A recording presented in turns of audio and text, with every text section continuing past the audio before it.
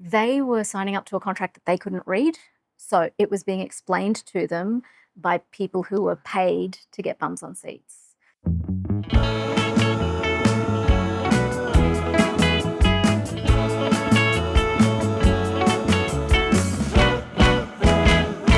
Hi, I'm Nalima Rao. I am the author of A Shipwreck in Fiji, which is coming out this year on the 29th of April with Echo Publishing. A Shipwreck in Fiji is pretty much tells you in the title, it's set in Fiji in the early 1900s. So it's set in a time when Indians were being taken to Fiji to work in the sugarcane plantations as indentured labourers. My first book, A Disappearance in Fiji, is set around the same time. The reason I wrote it is this is my great-grandparents' story. This is how my great-grandparents went to Fiji. And so I wanted to explore that part of my heritage and learn more about what it was like to live in Fiji at that time under those conditions. And that led me down a research rabbit hole. I spent time in Fiji at the University of the South Pacific, which is a gorgeous university, and learnt a lot about the experiences of the indentured labourers. It's a story that growing up, I really didn't know, and that's my heritage. So I feel like there's a lot of people who go to Fiji and sit on a beach and don't learn or don't know about the history, which is fair enough. So my goal was to write a book that you could read on the beach. So it's intended to be a fun read and learn a little bit about the history of the country. The protagonist through the series is Sergeant Akal Singh. So he's a young Sikh police officer who has started his career with, flying colours in Hong Kong, and then he gets himself into trouble in Hong Kong and gets sort of exiled to Fiji in disgrace. And once he gets to Fiji, he's not having a very good time. He's not popular with his Inspector General because the Inspector General knows why he's been sent from Hong Kong in disgrace and doesn't really want him there. But this was a deal brokered between the governors of the two colonies, so he's sort of stuck with him. And he starts to redeem himself a little bit in the first book, but still he's still not in favour. And so in this second book, in A Shipwreck in Fiji, he's sent off on a wild goose chase and sent off to be the nursemaid to a couple of Australian women who are there as tourists.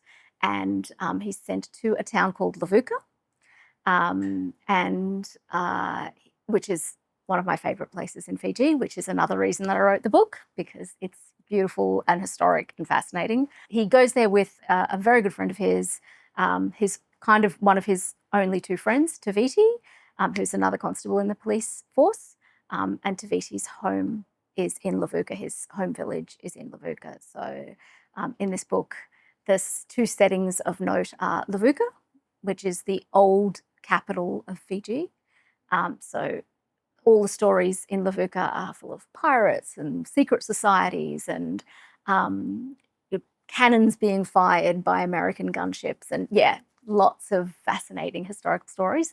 And then also the village that Taviti grew up in is a key setting.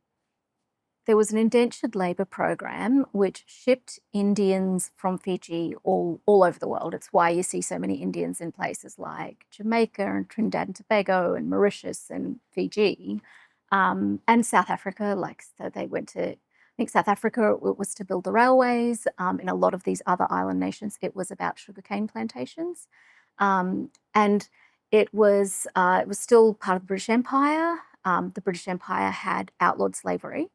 But they still wanted cheap labour force for their colonies.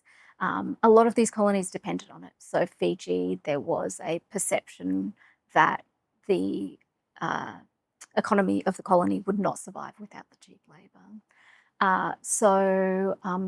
And there was sort of a positive motive to it, an altruistic motive to it, in that there was a lot of famine and poverty in Fiji at the time, in India at the time rather. So So this was seen as an opportunity. And to be fair, I'm probably better off because my great-grandparents went to Fiji. But in the moment, it was a very exploitative program. So the people who were signing up for this program were generally illiterate. They were very, very poor, and they were desperate. They were signing up to a contract that they couldn't read. So it was being explained to them by people who were paid to get bums on seats. So there was a lot of so some of the common lies about were things like, oh, it's just south of Calcutta, which seems like a strange thing to lie about, but there's a loss of caste by going over the ocean. So just south of Calcutta, you've not lost caste, but all the way to Fiji, you've lost caste. And lies about how easy the work would be and that sort of thing. And of course, they'd get to Fiji. They had no freedom. They were told which plantation to go to. Friends were split up. I don't think they split up families, but friends, you didn't have a choice. And the suicide rate was relatively high. Not to say that like you could survive it, but it was hard. At capital punishment, not capital, corporal punishment. So there's lots of stories of whippings and getting kicked to get out of bed at 5 o'clock in the morning and things like that. So a harsh contract for people who didn't necessarily know what they were signing up for. This is my second book. My debut novel was A Disappearance in Fiji, which is the first in the series. That came out in 2023. And I have at least one more in my head. I'm writing the third one at the moment. My day job is generally in IT, and I do a lot of contract work. So basically, I will have a contract, and then when I'm between contracts, I will take the opportunity to write. And when I am working as well, I will be writing, just less. So at the moment, I'm not day jobbing. So at the moment, I'm a full-time writer, which is bliss. In the past, when I've tried to be a full-time writer, I've found it really challenging. But this time, it's great. I'm really enjoying it. I've always thought that I couldn't write at home. COVID taught me that I could because I really didn't have anywhere else to write. So I did start to learn how to write at home. I find it much easier to write away from home. So my preferences are libraries. So I spend a lot of time at the State Library.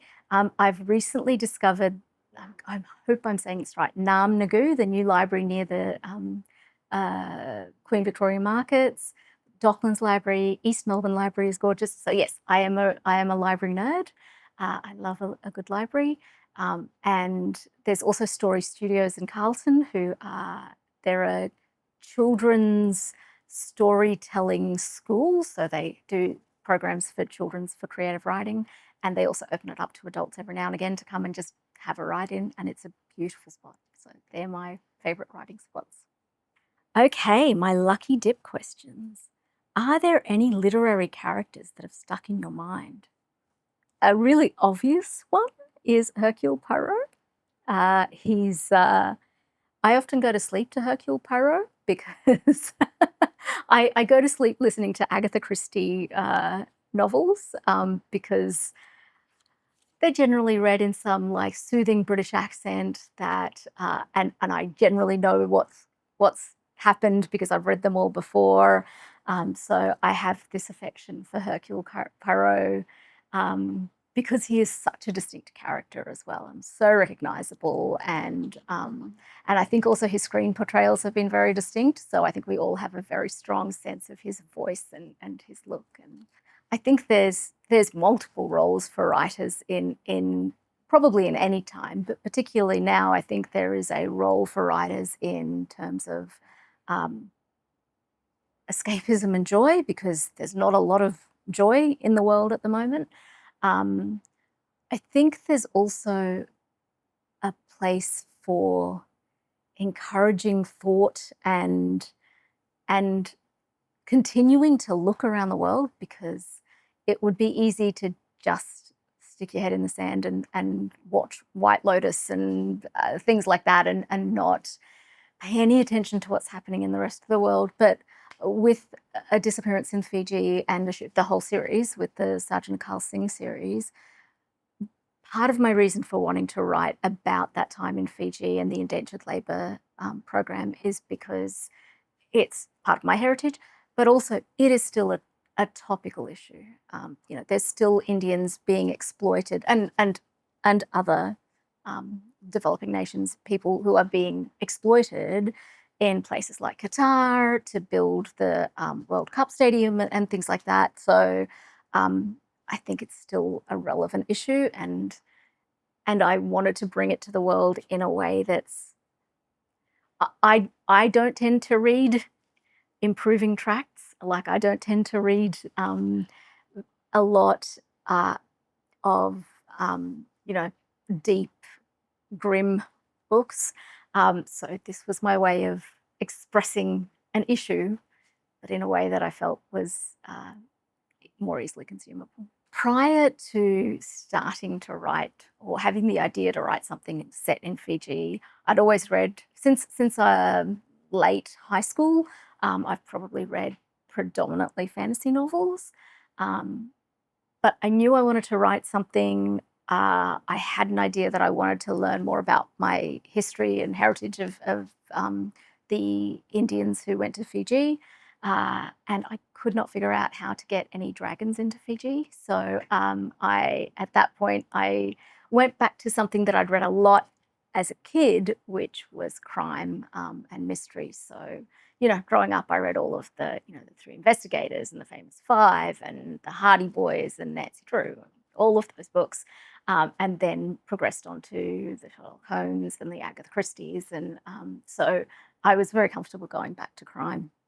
The very first author I can remember reading is Enid Blyton. So all of the Enid Blytons, I loved the Magic Faraway Tree series and the Famous Five, and so they're the first books I can remember reading. I used to read a lot of comics as well. I loved the Asterixes and the Tintins. Um, I don't know who I would say set me on my writing journey. I think I just read so much that it seemed like a natural thing, and I used to make up stories and loved creative writing, but then I stopped for years. I went to uni and got an IT degree and did a bit of law, and so I did a lot of writing, but I didn't do any creative writing. And when I got a little bit more established in my career, I thought, I want to recapture that love of writing. Next for me at the moment is finishing book 3, which will be, yes, the third one in the series. So still with the Carl Singh and still in Fiji. And things are changing for Akal in book 3. And also publication of book 2, obviously. So book 2 is coming out in the end of April. So I've got a bit of work to do for that. I'm trying to see if I can do the author's note for the audiobook myself. So that's an exciting new challenge because I haven't done that before. Thank you. Thank you so much for having me. This has been a wonderful opportunity.